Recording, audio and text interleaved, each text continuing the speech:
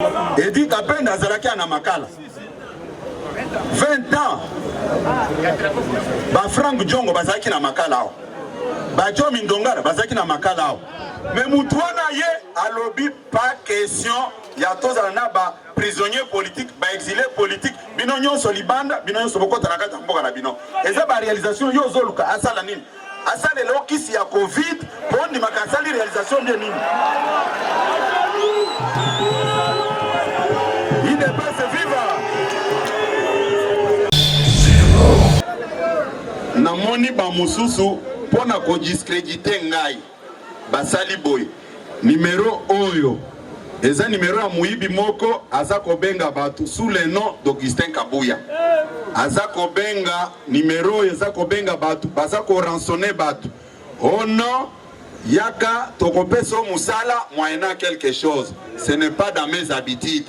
D'ailleurs numéro 082 soki bande kwa Vodacom bakolanda, il faut ba se saisir na likambo oyo. Numéro nanga Vodacom esukaka na 757T. Numéro nanga Vodacom eza numéro nazwaka après lancement ya ba activité ya Vodacom awa na RDC le 1er mai 2002. Le 2 mai nga nazwaki numéro ya Vodacom c'est 081. Le reste bayebi yango. Oyo eza biloko ya ba mouton noir. Oh baza ko rançonner bat. Banani Ata collaborer avec les partis. Ndeko Bonkulu collaborer avec les partis. Ndeko Eteni collaborer avec les partis.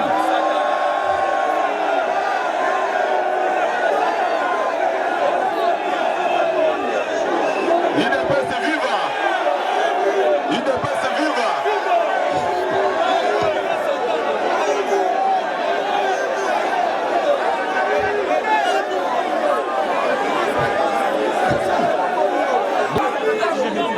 Nalobi boye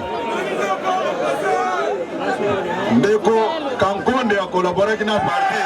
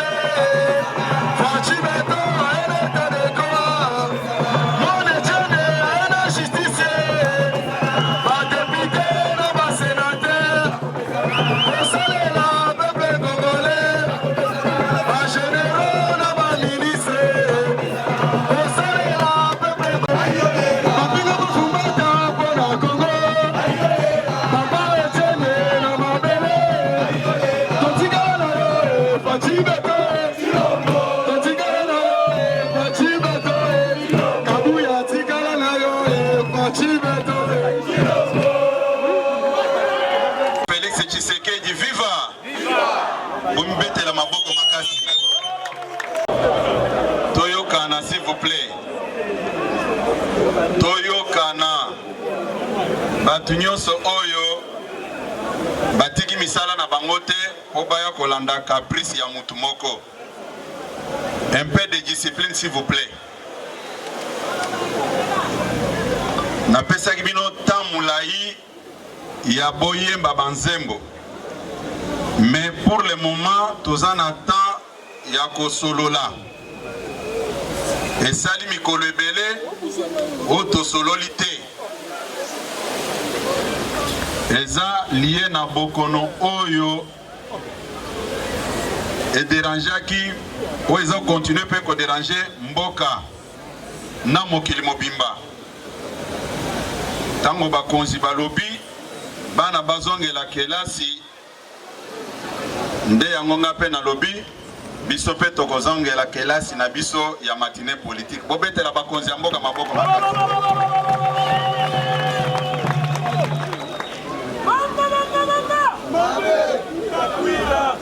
Bona yoka ki batu mususu bazo tuna est-ce que bino bo convoquer matinée corona esili ou bien bosal ndenge nini? Mais bakonzi balobi kelasi ezonga. Bokendo kotuna bakonzi pona nini bolobi kelasi ezonga. Tokani malamu. Bao babanda kolekisa na bango na ba réseaux sociaux. Koloba makambo ebele eza perte du temps. Biso toza kolanda o bakonzi mboka bakoloba. Puisque mukolo oyo bapekisaki kokutana ya bato ebele tozaki na rassemblement munene oyo ezaki prévu côté à Elengesa. Ba moyen nyonso ezaki déjà mise en marche, engagé même mais to reportaki yango tondimaki ba perte wana. IDPS viva! IDPS viva! Félix Tshisekedi viva! Bobetela mokonzi mboka maboko makasi. Bobetela mokonzi Afrique maboko makasi.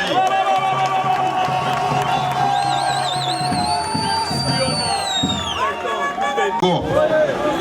Biso tonyokomaki mingi na mokonzi mboka. Tobanda na ye na opposition. Ti akomi na pouvoir balingi toza lisusu pembeni na yete. Est-ce que bino bokondima makambo wana? Bokondima yango? Bo manifester yango na kotombola maboko likolo.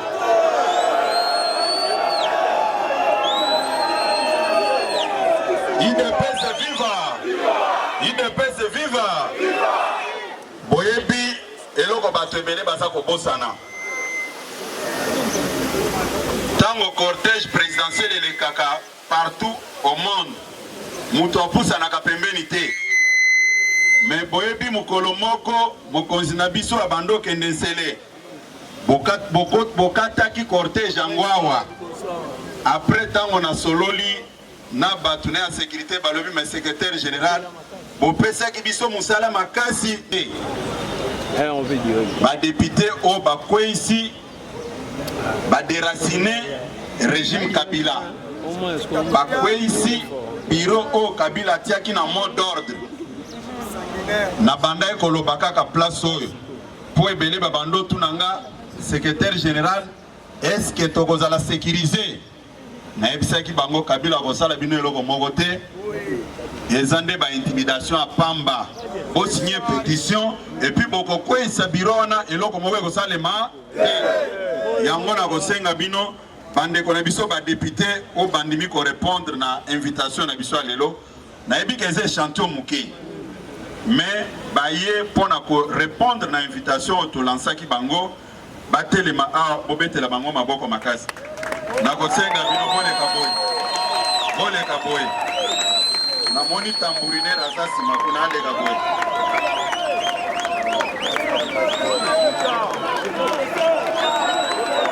Komulongo bobetele maboko makasi. Tozana honorable député Léon Mubikai bobetele maboko makasi. Tozana, honorable député, le professeur André Bata, les grands tambourineurs. Bon, nakose kabino, bokendo vanda, bisiga nabino.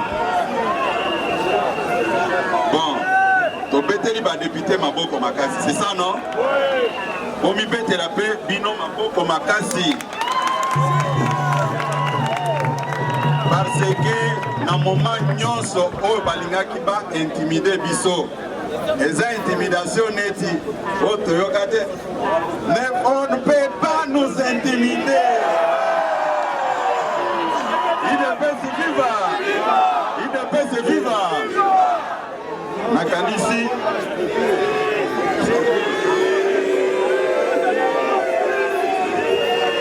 Bino boza songi songi.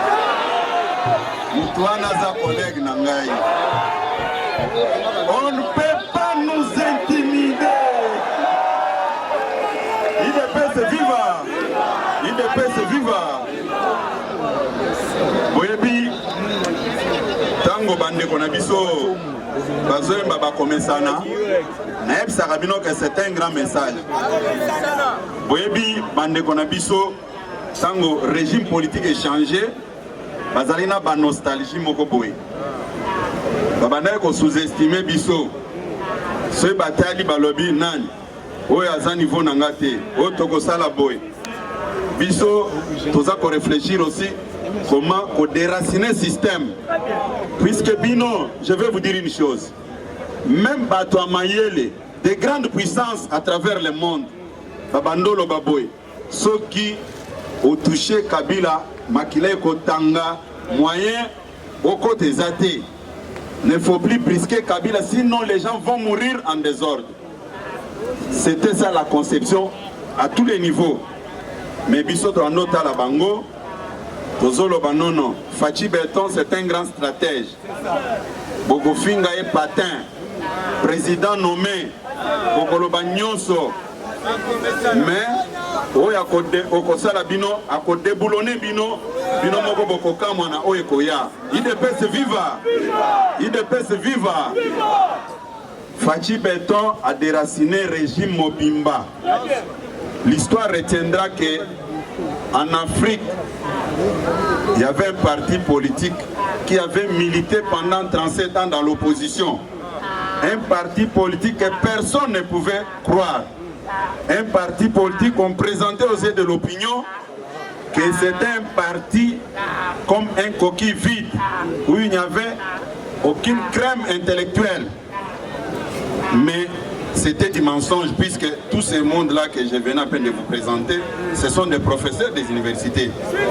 C'est un langage qu'on a toujours utilisé pour dénigrer les partis.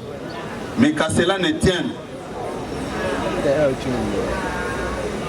na ba cadre universitaire au bango bazaki na bango panel nyonso ya ba savant mais IDPS est déraciné régime wana sans coup d'effet.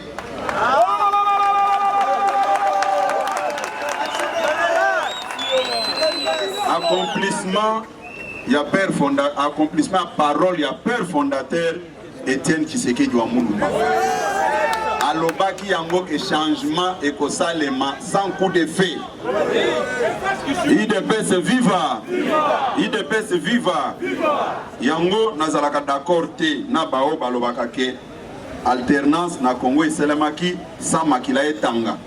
Si cela est la vérité, pourquoi totanga kaba kombo neti yaba Thérèse Kapangala, Thérèse Mémoire, Rossi Mukendi et tant d'autres totanga kaba kombo na poani. Ce qui alternance et Salamaki nango sans makila etanga. Non. Makila etanga maki Yamakasi effectivement. Par église exact même profanée. Puisqu'il y avait un groupe d'individus au Balinga qui va se maintenir au pouvoir. Mais peuple Nabiso a bandé pour exercer pression naïe. Il peut se vivre. Comme il peut la maboko makasi.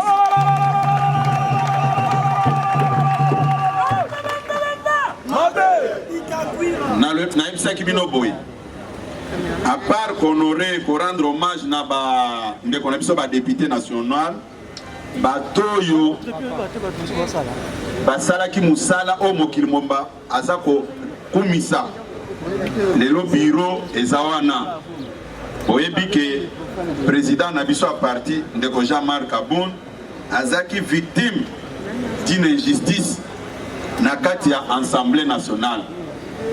Balobaki ke ono alobaki makambo ya 7 millions eza haute trahison, mais mikolo elekaki anoke balobaki 12 millions.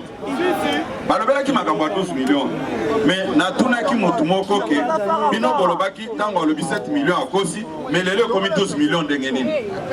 Yango Nzambe akotikala Nzambe.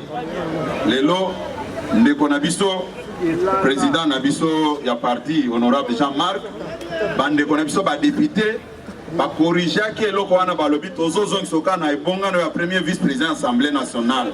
Obetele maboko makasi.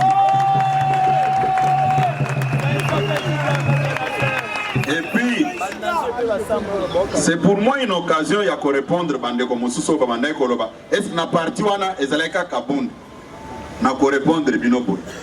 Jean-Marc Kabound azalaki fruit d'un consensus na kati accord. Biso tokende kolongola yete bato tozalaki na bango nde balongola kiye. Mais biso famille politique na to monaki ke il avait encore quelque chose ya kosala na compte ya parti na compte ya population. Mais de quel droit bokotu na biso lisusu na parti na binona bato musu bazate. Pourquoi nous poser cette question? Retenez ça aujourd'hui. Parti bazalaki d'accord te na humiliation ya asubisaki à l'époque. Pour l'honorer et corriger cette injustice, yango tozongisaki ye soki bamonaka ke azokokate tolinga kozongisa ete toyokani malamu. Les choses doivent être dites clairement de cette manière-là. Biso nde bakolo mwana ndenge na uti koyebisa bino ke tobengi ba député na biso baye awa po to honorer bango okotuna nga lisusu ke ono tomoneka ba député IDPS tomoneki ba député mususu te. Non, nayebi il y a ceux qui sont venus pour regarder des petites erreurs bakendeko relayer ango. Ba député mandat na bango ezaka sur le plan national. Député ndenga zaboy soki asa koti na parlement ayoki likambo eselemi ata na circonscription ya azaki élité akokende asengi mission akendo sala enquête parlementaire. Tokani manam ndenge baza awa baza ko représenter ba député nyonso ya Congo mobimba bobetela bango maboko makasi.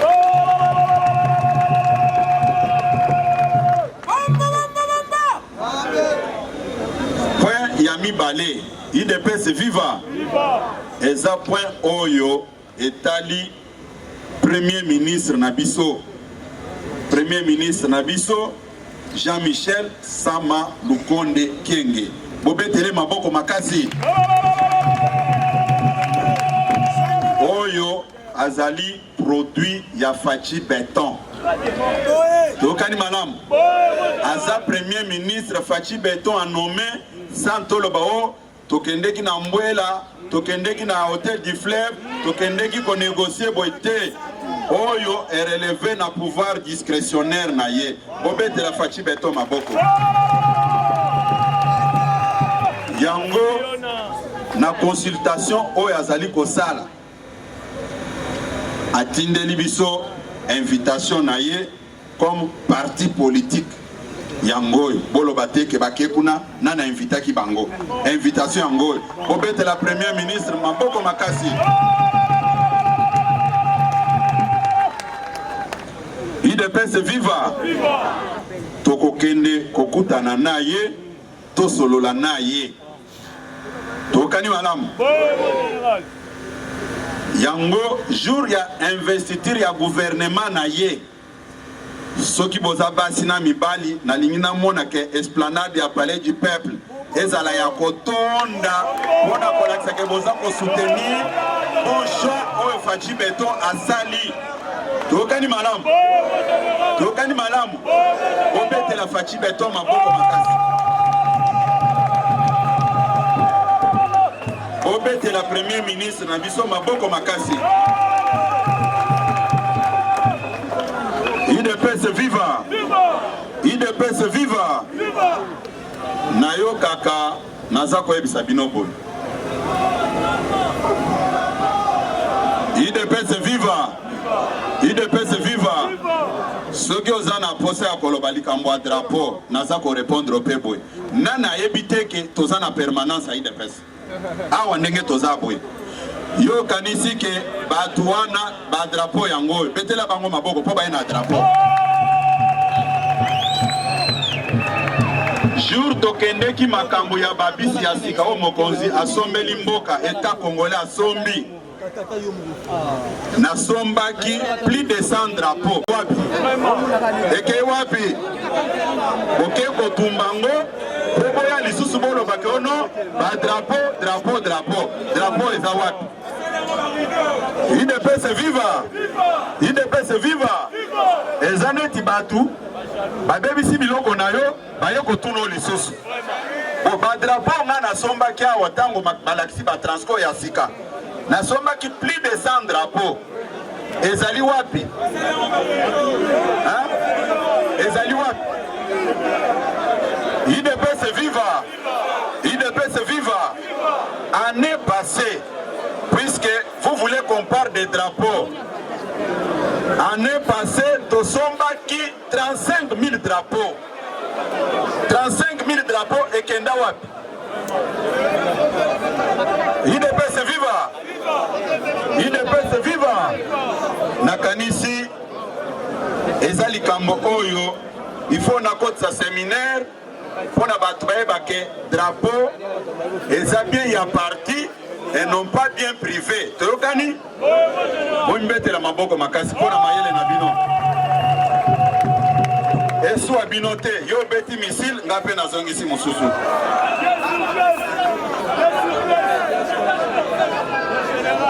tozokota siko na mama likambo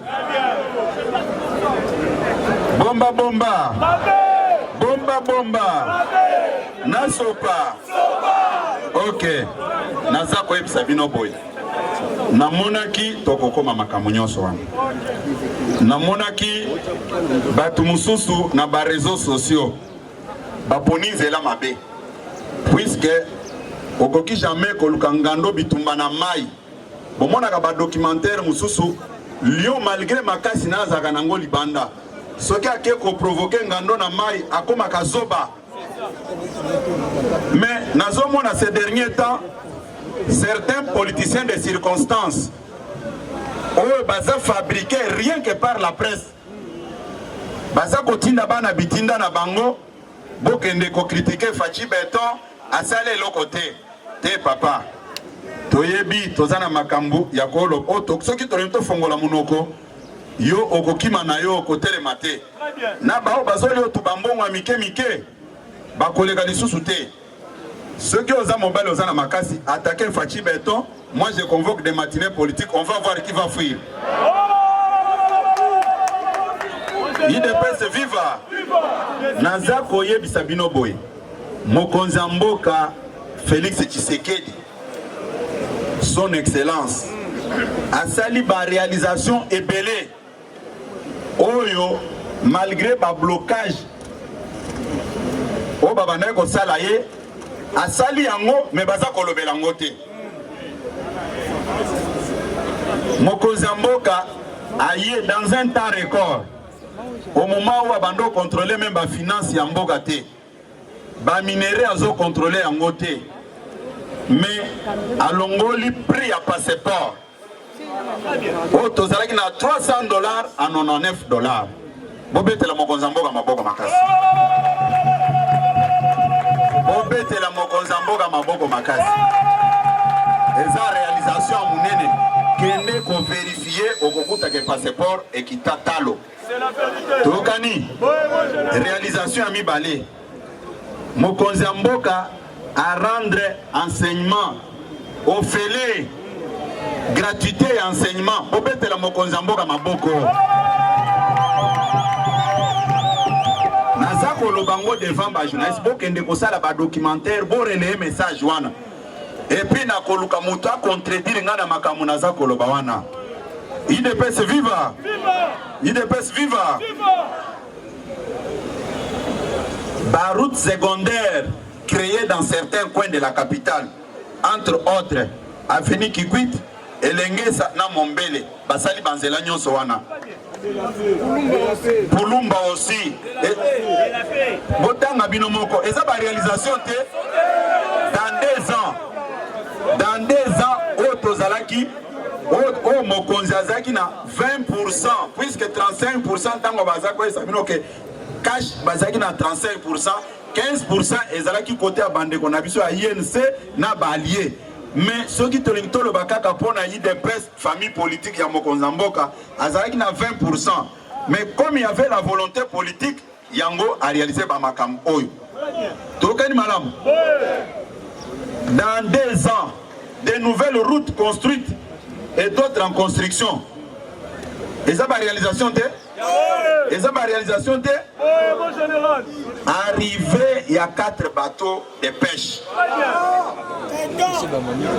Et ça, pour la sociale, bateau de pêche, et ça, pour la famille, mais au comment on a monté ma mabé à bateau, à Bimisi, moi $100 naé, après si un petit groupe d'individus, beaucoup de la télévision, pour que presse est libre, beaucoup de kofinga yé, t'es papa. Tout ce qui est bien, c'est que yo tinda rabatou na yo. Ce que l'igna déshabillé yo, na kosalo matinée mi balé, et sili, ni kamono et sili. Il ne peut se vivre, il ne peut se vivre. Ngana lobaka boye, na kolobate ke boke ndeko défendre nga. Sboebi ni kambo babimi saka wakeno, secrétaire général a IDPS a lobby que condamnation à présent INC, ezalaki condamnation moko politique, ezalaki justice ya sort. Sboebi ni kambo wana. Basalaka ba débat na batop Congo le débat. Bat musu ba no ko kende ko lobate nga lobby te, nazo kende ko mibundela nga moko, na pesa vraie version. Boka kalisusi kambo wana. Boka kango lisusu. Yango naza ko ebisa. Tous les politiciens de circonstances au Bazar Kotinda, Bamoukala na bango na ba télévision pour kende ko attaquer chef de l'État, ngai moko na kozo dossier ya moko na moko. Na ebi passé ya moko na moko. Il ne peut se vivre. Naza ko kebisa bino. Soki ba mususu aye ko se cacher, oh na ye union sacrée, mais entre-temps il fabrique un petit groupe d'individus pour kende ko loba boye. O ngana bi mamusantu.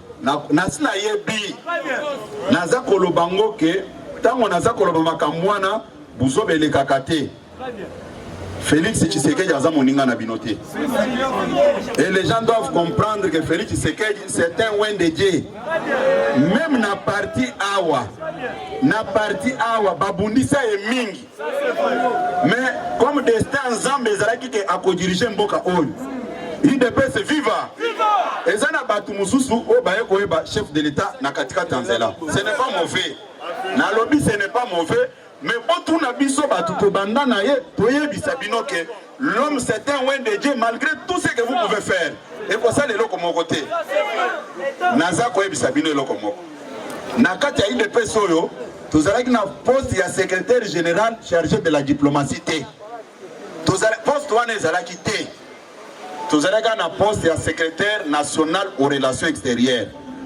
Mais batukaka na motema mabe na kati ya parti oyo. Basangana ba créer poste ya secrétaire général adjoint en charge de la diplomatie pour l'étouffer. Batinda ba mikanda na ambassade nyonso libanda. Oh non, ne faut plus parler avec Tshisekedi. Non, d'ailleurs balinga même kotanga kombo na ya Tshisekedi té. Or Constitution ya mboka eza ko reconnaître que moi na nyonso akozo kombo papa na ye. Mais tout le monde bako benga bango basongolo pakala. Mais pour na Félix Tshisekedi c'est un crime. Chilombo. Oui, il est pas ça c'est que ça nga ça lobake. Non. C'est une bonne chose bazo ça la publicité pour kombo na nga payer bana. Que kombo papa na ngeza la ka ko yebana ce n'est pas bien. Bo metela mokonza mboka maboko makasi.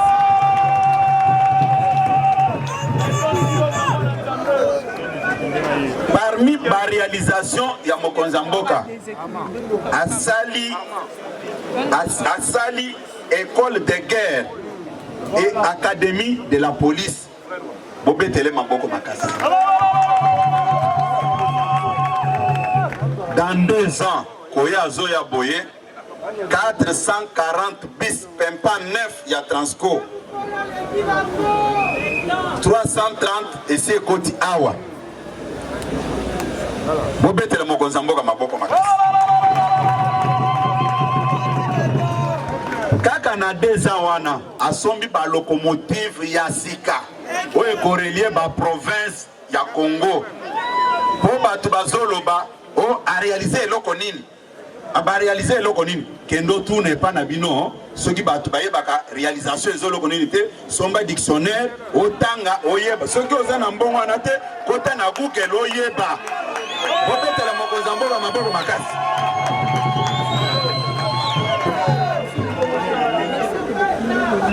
Edi Kapenda azalaki na makala 20 ans ba Frank Jongo bazalaki na makala ao ba Jomi Ndongala bazalaki na makala ao mais mutu wana ye alobi pas question ya tozala na ba prisonnier politique ba exilé politique bino nyonso libanda bino nyonso bokota na kati ya mboka na bino eza ba réalisation yo zoluka asala nini asala lelo kisi ya covid pondi makasali réalisation bien nini il n'est pas se vivre nazo sabine loko moko na vie il faut kondima moninga soki asali loko malamu. C'est la moindre des choses. Je peux avoir des divergences de vie avec quelqu'un. Net na minute oy. Na bengi bande kona biso ba député bayawa. To honorer bango. Yo le goponi ba bengi bango. Mais bango ne basala ki musala wana. Sikoyo lingi to lo banini. Puisque bango ne bazaki la voie obligée ya koko esa bureau Kabila imposaki wana. Sikoyo lingi to lo bango te. Botika motema mabe. Totika motema mabe. Efutaka te. Lelo nasa koloba boy. Réalisation mususu mokonzi mboka sali. Pona ko diminuer toko koma biloko sala calme papa. Mokonzi mboka asaleli biso baso de mutwawa. Na komi omona bazozwa ba photo ya bamboka mususu mais ba réalisation yozo la biso wana. Basala ngo après combien d'années ya gestion ya pouvoir de l'État. Hein? Motema mabe tina niveau wana. Bolobi nini?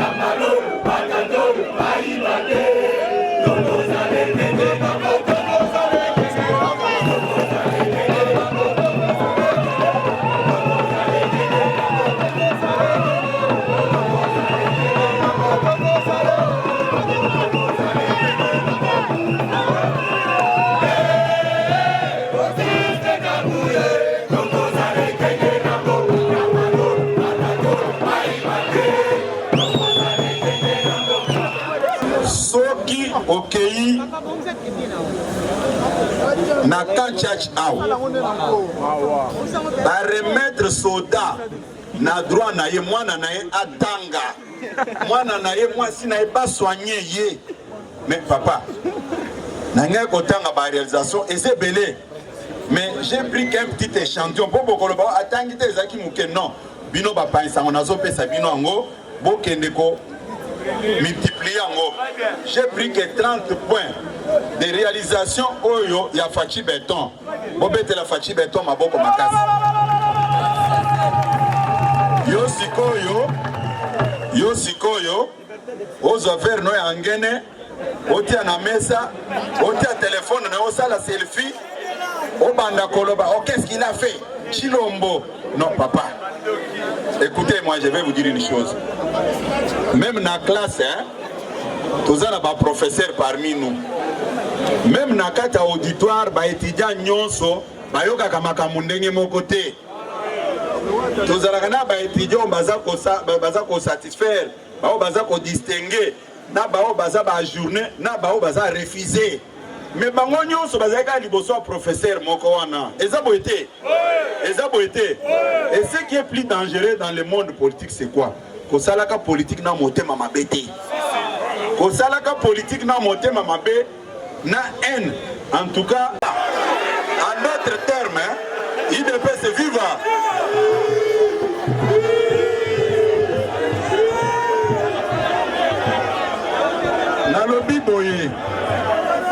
nalobi boye yo lobi ozo mener combat politique omoni ba biso eza vie quotidienne na biso tango tozaki na opposition na puis natala ba musu na zo seka na lobi yo basi ba beto na jeep mobimba la police batio na se ya bana bangona ponga na sina beta mabongo ne marche katani IDPS viva na lobi boye batu baza koloba aux soldats du peuple oui soyons sérieux et puis naza koloba boye bino ndebo fabrica kabatu kaka bino yo bokomona mutu aye otozwa na photo otosala boye non lobi akofinga bino même naza koloba ngo bokeba yango tango na yoka même batu na ye baza kotia makelele incapable ya komemela biso ata 1000 voix mais lui son problème c'est le chef de l'État et ça na ba makamu susu non wana na kotanga komona ye non wana il faut natanga komona ye IDPS viva yo so mona wapi boyoki ke ba criminel balimba kota na porte ya ndako papa na bino akei aluki kadena ya munene atie yo bandi koloba non tozolala na nzalawa kadena ngo bakasoma musala nini akende ko sala boy j'ai été surpris ya kotanga déclaration ya ndeko na biso Valentin Mubaki vous sentez la haine comment expliquer la province de Haut-Katanga menacée par les Bakatakatanga le commandant suprême des forces armées Oyaza mieux informé que quiconque a déployé 1800 hommes les militaires congolais Bakeboye Mubake na haine na ye asali communiqué pour s'en prendre na position chef de l'État. Est-ce que vous trouvez ça normal? Hein? Et puis toyoka na malamu. Comment expliquer mutu normal? Olo bake non, pona nini batini ba militaire kuna papa. Mais bakata katanga wana. Tango baza ko menacer sécurité en mboka. Toi ça ne te dit absolument rien. Hein? Ça ne te dit absolument rien. Pona bao ba yebite. Na yebi ke za makambo ya oto zalaki na bango esika moko. Mais un y a Valentin contre chef de l'État et bandit les lotés. Nous sommes écoutez. Nous sommes en 2014, au mois de février. Moubake a eu l'information que Fétienne Tshisekedi Azaki. Je suis secrétaire général, pas seulement pour ma province d'origine. Ceux qui n'ont pas kokene, na kokene na Bandundu, na kokene na Équateur, na kokene na Congo central des provinces à Liboso na Kendeki après ma nomination. Congo central des Zika banoma kinga nomination na ngai utaki na Congo central. Avec Congo central, j'ai une histoire avec Congo central. Ça ne sert à rien de parler de Congo central. IDPS viva. Hein, batu batika ko fabriquer babiloko. Na yo kipe ba audio mususu eza ko tambola na ba réseaux sociaux non.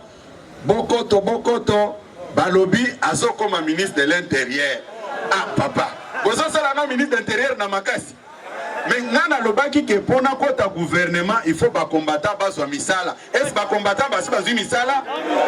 Bokono tinda ngana gouvernement na makasi. Bon, naza ko répondre bino, ce n'est pas d'actualité na kokende pe gouvernement ngote na tikali kakawa na kata parti.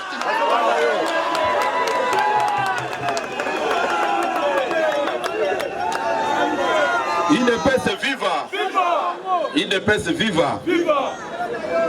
Na moni ba mususu pona ko discréditer ngai. Basali boy. Numéro oyo. Eza numéro ya muibi moko azako benga batu sous le nom d'Augustin Kabuya. Azako benga numéro ezako benga batu bazako rançonner batu. Oh non, yaka tokopeso musala moyennant quelque chose. Ce n'est pas dans mes habitudes. D'ailleurs numéro 082 ceux qui bande kwa Vodacom bakolanda, il faut ba se saisir na likambo oyo. Numéro nanga Vodacom esukaka na 757T.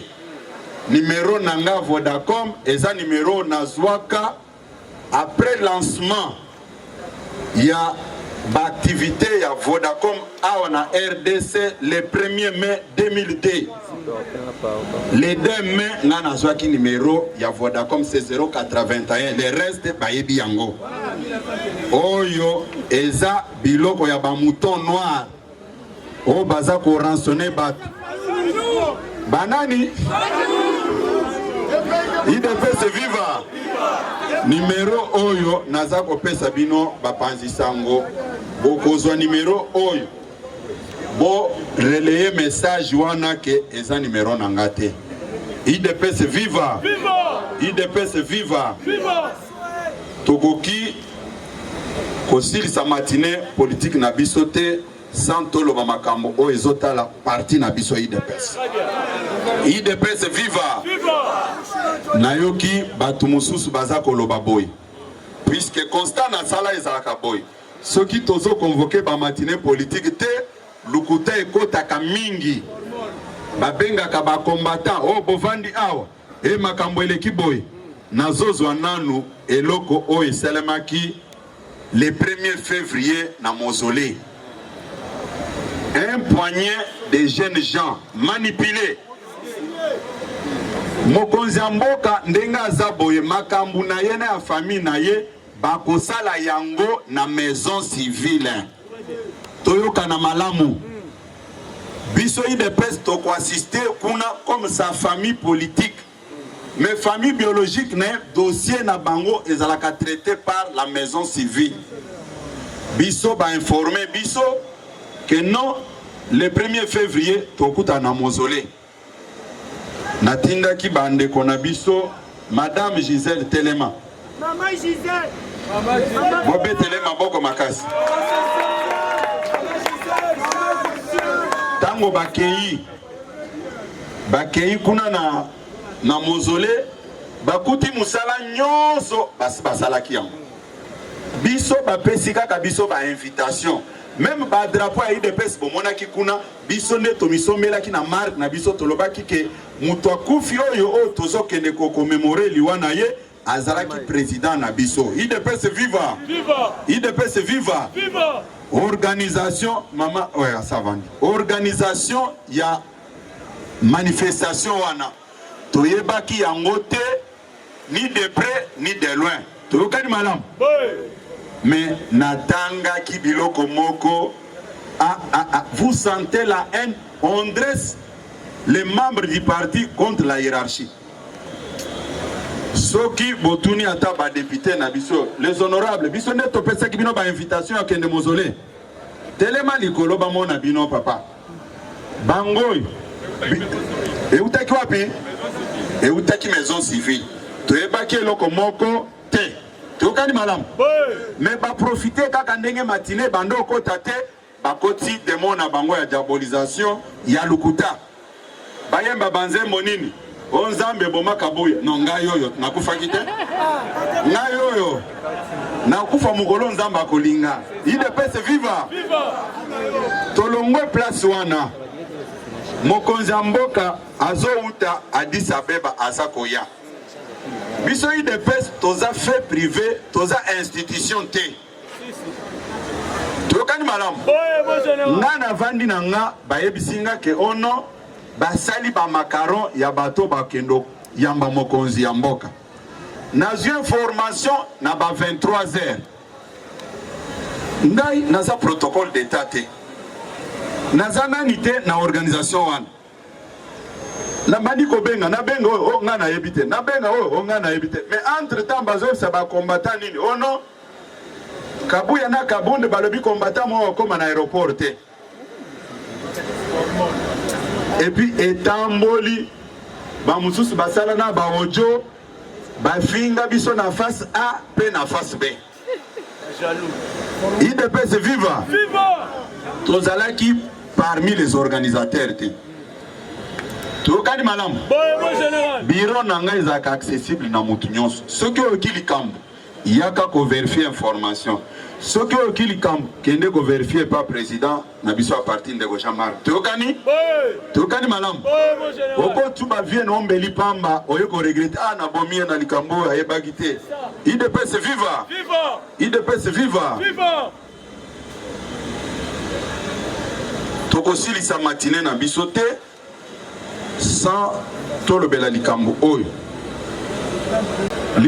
oyo esalinga esengo eza likambo oyo ba ministre oyo bazalaki ko collaborer na parti na bao babande ko collaborer te bao babande ko collaborer te ba miyebi bao babande ko collaborer ba miyebi IDPS viva est-ce que boyebi quand même que même ceux qui bakonzi na bino baza mike mikuse mais bazaka bakonzi na bino mais je peux vous rassurer avec un regret ezana ba mususu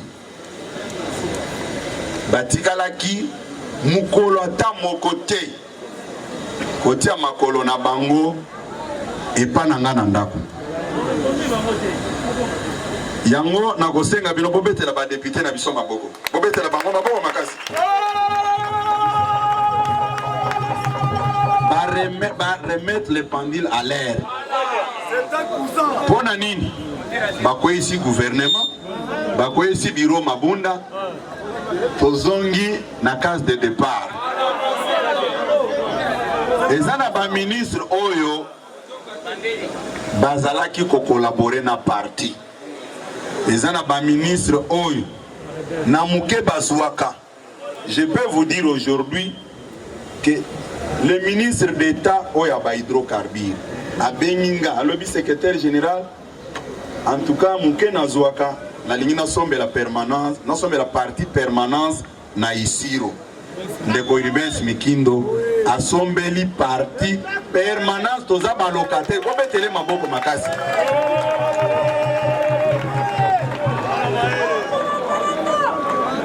na lobby asombi permanence na tango ayebisinga a lobby yo eloko kosala o signé kaka hors de mission otinda batu batambola bamona ndako oya bien oyo tokoki kosombela parti ezana ba ministre oyo ba aider parti na biso bazalaki ko collaborer na parti bazalaki na respect ya parti boyebi bango soki tozwi mususu kutu azalaki vice ministre ndeko Mata collaborer avec les partis ndeko Bonkulu collaborer avec les partis ndeko Eteni collaborer avec les partis.